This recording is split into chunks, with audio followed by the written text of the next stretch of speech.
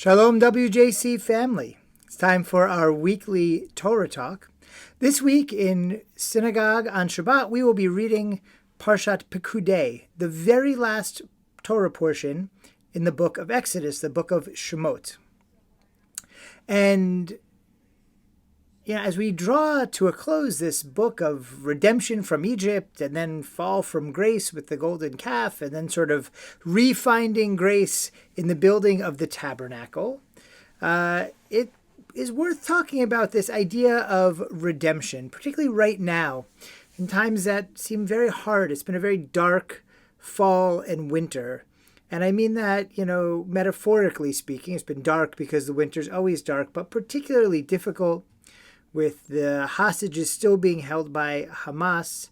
Now, as I'm recording this, 158 days in the darkness, in the tunnels.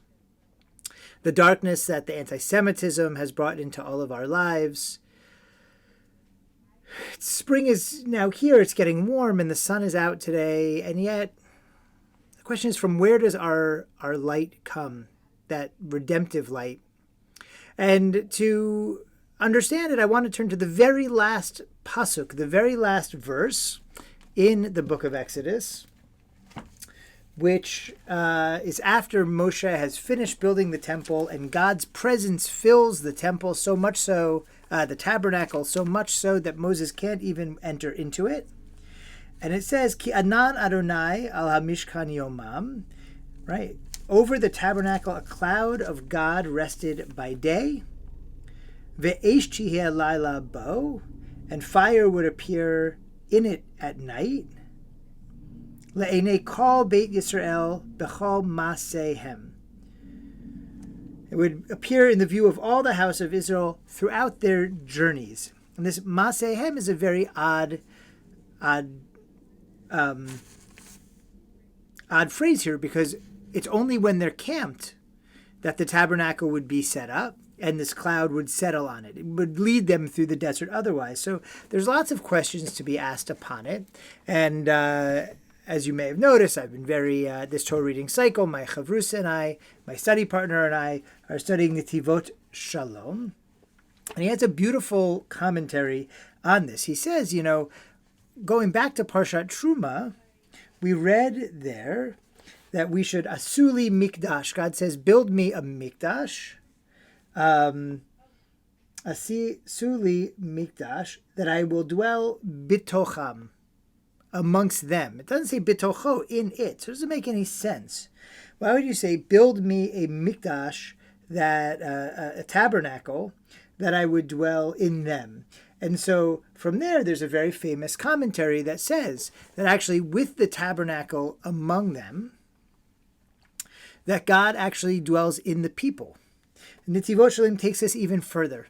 He says that actually we are the mikdash, that when we treat ourselves or try and raise ourselves up to be our most holy selves, to be more than animals, little less than angels, the Torah calls us, the Bible calls us, then we ultimately are the mikdash. We are the tabernacle ourselves. And Netivot Shalom says, and so what this verse means at the end of the parsha is that when we do that, when we mikadesh ourselves, sanctify ourselves, treat ourselves as the holy vessels that we have the potential to be, and behave as such, that the anan settles on us by day, and the eish by night, the fire by night.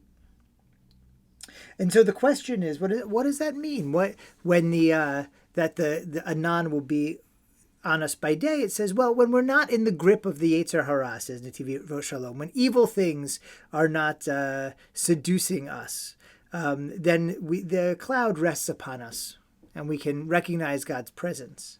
But, he goes on, when we are in the grip of the Yetzer Hara, of evil, then God appears upon us like a fire. He says the fire, God's holy fire, is more powerful than the fire of the Yetzer Hara, and it consumes it and rids us of it. Now, I think he's talking more of our personal Yetzer Hara, right? When we're tempted to do evil. But I think these days, it is the evil itself that needs to be stamped out by this fire. There are people literally in the grip of the Yetzer Hara incarnate, of evil incarnate, people with no respect for human life, people who think that their own grievances allows them to be entitled to do anything, no matter how horrifying and inhumane. And here we read that at those times, there's a fire that can not only give us light in the darkness, but consume the evil from among us. And in fact, he says that this is the whole idea of the book of Shemot, that we start in Mitzrayim, in exile, and we hear the story of a birth. And from that birth, Israel starts a journey, a 42-step journey. There's 42 stops in the desert to their redemption. And that we find that by the end of the book, they are not yet completed with their journey, and neither are we, but they've built the tabernacle. They've brought holiness into their midst, and by doing so, they find the light, even when the darkness invades, even when they are attacked by enemies, even as they schlep their way through the desert, through the next many, many stops on the journey. And Netivot Shalom says that's us. We are also on the journey. We are also vulnerable. We can also be put upon by those who would seek to destroy us. And we have more evidence of that today than maybe we did 6 months ago. And yet it is our story. And so it's a reminder that we don't need to go someplace else to feel that sense of God close to us. We don't need to go someplace else to feel that sense of God lighting up our lives, even when there's darkness all around. It's when we do mitzvot. It's when we do Jewish and do it proudly. It's when we treat ourselves as not just another animal, not just the basest part of ourselves, a part that eats and drinks and has sex and makes babies and all these kinds of things, our most animalistic selves, but no, that it is when we are our higher selves, our greater selves, when we seek holiness, when we seek to get close to God or close to each other through the most holy relationships, like through study and teaching and learning and celebrating together and sharing sacred meals, that when we do those things, that cloud of the tabernacle, it can fill us. It can rest upon us. And whatever is going on, we can feel that sense of holiness in the world, that sense of God's presence. And so too, even when things are really, really bad, then that cloud may appear in our lives as a fire. And that fire to burn away that which is putting us in darkness, and to provide us with light and warmth. And as we complete the book of Shemot, the book of Exodus, I pray that we not only do we all feel that sense of warmth and that sense of light return to us, but finally that the captives, the hostages, feel that sense of light and of warmth, of freedom, that this bloody war can come to an end, and that once again people can feel safe.